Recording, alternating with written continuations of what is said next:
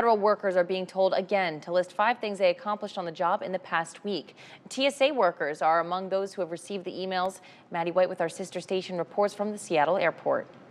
A TSA officer here at SeaTac Airport told me that they received 2 additional emails this weekend asking them to list 5 things they accomplished last week.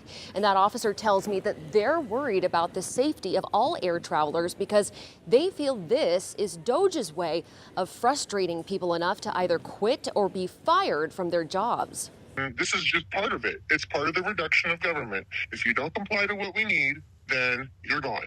This TSA officer at SeaTac did not want to be identified out of fear of retaliation, but told me local officers are frustrated. If you're not performing your job properly, then you have your basic sit-down discussions, and then it moves on to the next level and the next step. They were told last week they weren't actually required to answer an email from the U.S. government's chief HR agency saying this. I want you to tell me what you did this past week.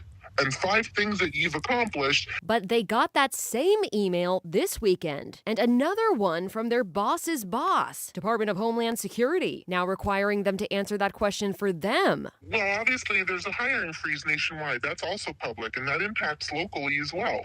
So if you are getting dismissal of people that are not complying to this ridiculous email, you're losing bodies that are going to directly impact your safety and security at an airport. Speaking of safety and security, next door at the Federal Aviation Administration, 130 workers were recently laid off. The Trump administration said no one with a critical safety position was let go, but a union that represents those FAA workers say all of them supported overall safety. Aviation expert John Nance weighed in. We have to pay a lot of attention to the things that should not ever be allowed to be interdicted by budget. Right now, the last thing in the world that we need in air safety is a diminution of the number of people working at the FAA to try to make things as safe as possible.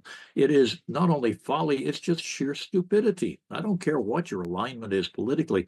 U.S. Secretary of Transportation Sean Duffy announced a plan on Thursday to improve the air traffic controller shortage. He's promising higher starting salaries for academy graduates and a less complicated hiring process. Reporting at SeaTac Airport, I'm Maddie White, King 5 News.